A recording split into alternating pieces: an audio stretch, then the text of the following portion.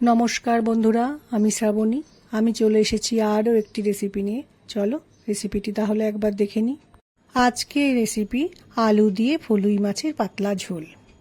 गरमेर समय प्रतिदिन मशलादार खाबार खेते एकदम भालो लागे ना, तखन माझे माझे एरकम हालका पातला माछेर झोल खेते बेश भालो लागे।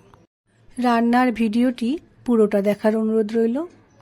आज এই হালকা মাছের ঝোলটা বানানোর জন্য আমি ফলুই মাছ নিয়েছি। মাছটাকে প্রথমে খুব ভালো করে ধুয়ে নিয়ে আমি এর মধ্যে পরিমাণ মতো নুন ও হলুদ দিয়ে মাখিয়ে মিনিট 10 রেখে দেব।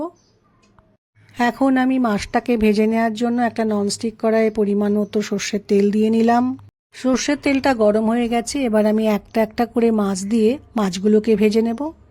মাছের একদিক ভালো করে ভাজা হয়ে গেলে মাছগুলোকে উল্টে দিয়ে আর অন্য দিকটা ভেজে নিতে হবে। এভাবেই মাছগুলো ভেজে নিয়ে আমি একটা পাত্রের মধ্যে তুলে রেখেছি। মাছ ভাজা তেলের মধ্যেই কালো জিরে ফোড়ন দিলাম। কালো জিরে ফোড়নটা ভালোভাবে ভাজা হয়ে গেছে, এবার কেটে রাখা আলু কড়াইয়ে তেলের মধ্যে দিয়ে একটু সময় ভেজে নিতে হবে।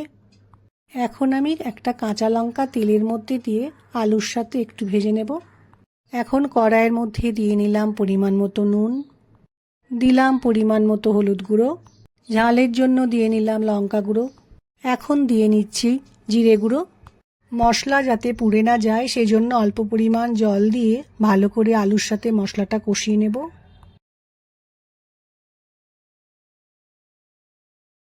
ভালো করে আলুর সাথে মশলাটা কষানো হয়ে গেছে, এবার আমি কড়াইয়ের মধ্যে পরিমাণ মতো জল দিয়ে আলু ও মশলার সাথে মিশিয়ে নিয়ে একটু সময় ফুটতে দেব। ঝোলটা ফুটছে, এই সময় কড়াইয়ের ওপর ঢাকা দিয়ে কিছুটা সময় রান্না করে আলুটা সেদ্ধ করে নিয়েছি। এখন কড়াইয়ের মধ্যে মাছগুলো দিয়ে দিয়েছি। মাছের একদিকগুলো রান্না হয়ে যাওয়ার পর উল্টে দিয়ে আরেক দিকটা রান্না করলে মাছগুলো খেতে ভালো লাগে। আজকের রান্না আলু দিয়ে ফলুই মাছের পাতলা ঝোল আমার তৈরি হয়ে গেছে। গরমের সময় এরকম পাতলা মাছের ঝোল গরম ভাতের সাথে খেতে কিন্তু বেশ ভালো লাগে। মাছটা রান্না করে ঠান্ডা করে নেওয়ার পর আমি একটা পাত্রের মধ্যে পরিবেশন করে নিয়েছি। যারা ফলুই মাছ খেতে ভালোবাসো ও হালকা রান্না খেতে ভালোবাসো, আশা রাখছি আজকের রেসিপিটি তাদের ভালো লাগবে।